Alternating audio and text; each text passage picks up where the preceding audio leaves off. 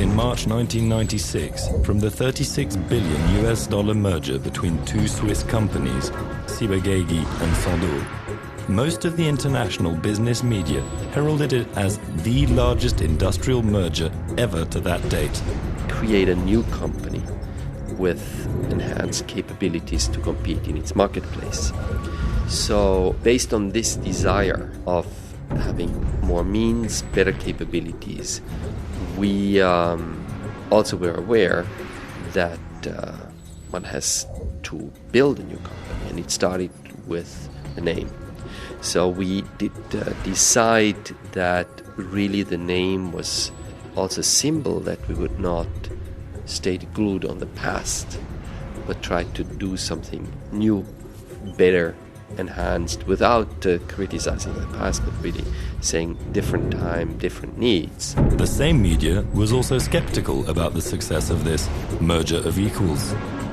One competitor summed up the prevailing feelings, highlighting that neither of the merging companies, on their own, had been at the very top of the global pharmaceutical leagues. This competitor sarcastically commented that two crows do not make an eagle.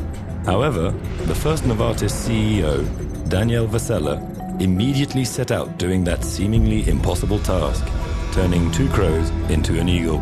Vasella's use of stretch goals to build a high-performance culture was company-wide. For example, in R&D, the lifeblood of any pharmaceutical company, Novartis set out to radically streamline its discovery, development, and marketing organizations. This led to a reduction in discovery time from 12 years in 1996 to just 8 years by 2001, a feat unmatched in the pharma industry.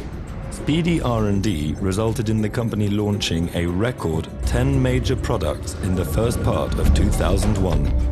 In addition, the company nearly doubled its US sales force within 2 years. Novartis beat forecasts today, posting a 17% rise in net profits for the second quarter of this year. The main surprise came from pharmaceuticals, where sales were as much as 5% ahead of expectations. Novartis stock is trading higher in Zurich today. The firm reported a 10% jump in first quarter profit. And operating profits as much as 33% ahead of expectations. 5% local currency growth, much better than anticipated. Despite a 3% decline in the United States. Now, the Swiss drug maker Novartis Novartis is cash. Novartis beat forecast. I did scandalize people, and I said I did not want empowerment. What I meant was no empowerment without accountability. And people said, I have the feeling that you control performance and you know what is being done. That is the expression of a lack of trust. I said, yes, you're absolutely right. We had many face-to-face meetings in order to get to know each other. So we felt that physical contact was important. You cannot just do it in writing. Lots of emails.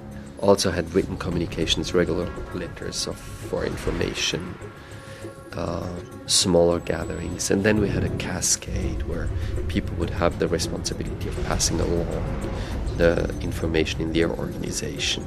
We had prepared communication tools like slide sets and so forth distributed, where people would then use the same in their organization and make sure it was communicated in a homogeneous way.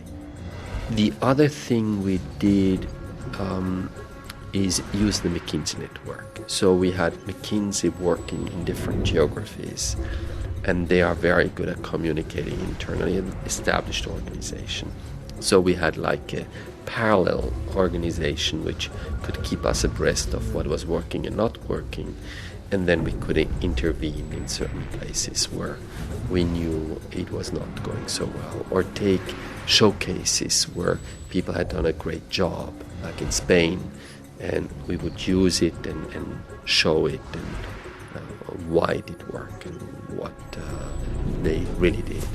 In the complexity of the business we're in, no one single function, no one single country can really do everything which is needed in order to bring a product to the market or to market it successfully.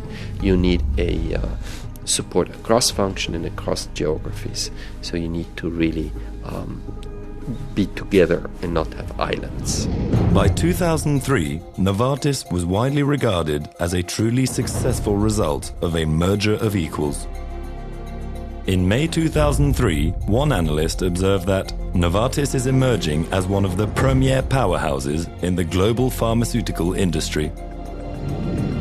We are reaching for the slightly impossible, turning two crows into an eagle.